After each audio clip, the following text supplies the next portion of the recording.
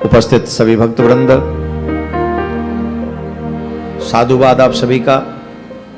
सीधे काम से मंदिर तक पहुंचने के लिए और अपने कल्याण की इतनी चिंता होने के लिए, उसके लिए आपका धन्यवाद।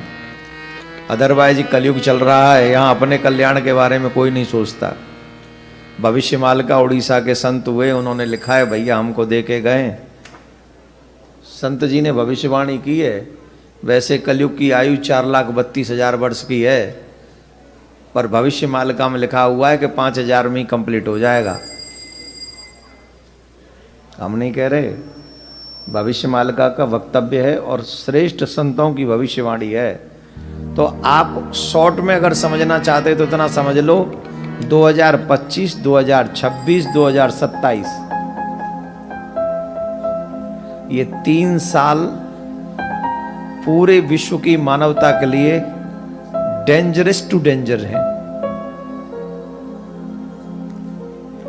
और जो जो निशान बताए गए वो सब हो चुके हैं। थोड़ा बहुत मैं बता दूं, बताऊं? भविष्य मालिका में लिखा हुआ है, उनकी ध्वजा कभी गिरती नहीं है, उसमें अग्नि नहीं लगती है। और मंदिर, वो पहला मंदिर ऐसा है जगन्नाथ प्रभु का, जिस मंदिर पर कोई भी जो अपवित्र पक्षी हैं वो बैठते नहीं हैं। जो अपवित्र पक्षी हैं वो उस मंदिर के ऊपर नहीं बैठते हैं। लेकिन भविष्य मालिका में लिखा है, जब वो बैठने लगे तो समझना कलयुग का अंत होगा। जब ध्वजा जलने लगे तो समझना कलयुग का अंत होगा। और अंत समझ रहे हो ना कैसा होगा? 6-7 अरब है ना हम लोग, 30-35 करोड़ रह जाएंगे टोटल। जो सतयुगी माइंड वाले होंगे वही रहेंगे, जो खाने पीने वाले होंगे सब सियावर रामचंद्र के जमराज के धाम में। It's not my opinion, am I right? और पिछले 2005 से लेके ये सब घटनाएं घट रही हैं जगन्नाथपुरी के मंदिर में। You can see on internet, in Google. ध्वजा में आग लग चुकी, निशान बताए कि कलयुग का अंत कब होगा। बोले ध्वजा में आग लगेगी, जिन पक्षियों को नहीं बैठना चाहिए वहां वो आके बैठेंगे, और लगातार आके बैठ रहे हैं। और उन्होंने कहा है कि कलयुग का अंत तब समझना जब 19वां राजा राज्य कर रहा होगा। पढ़ा है ना मैंने, 19वां राजा राज्य कर रहा होगा। और जब 19वां राजा राज्य कर रहा होगा तो उस राजा के संतान नहीं होगी। उस राजा के संतान नहीं होगी, और जब उस राजा के संतान नहीं होगी तो समझना कलयुग का अंत हो रहा है। और वर्तमान में जो राजा हैं उनके संतान नहीं है। No, don't laugh. और 19 में ही हैं, और 19 में भी हैं।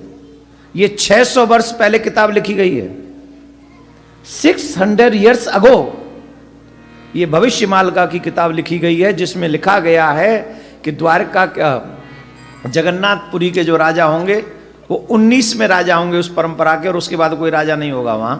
और जो 19 में राजा होंगे उनके संतान नहीं होगी, और जब उनकी संतान न हो तो समझ लेना कलयुग का अंत है। और अब उनकी आयु भी कम नहीं है, राजा की आयु भी लगभग 1970 में वो राजा बने, और तब वो 19 साल के थे।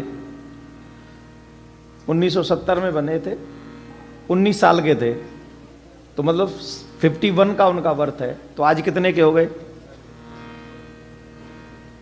कितने दिन और? उन्हीं के रहते हुए कलयुग का अंत होगा।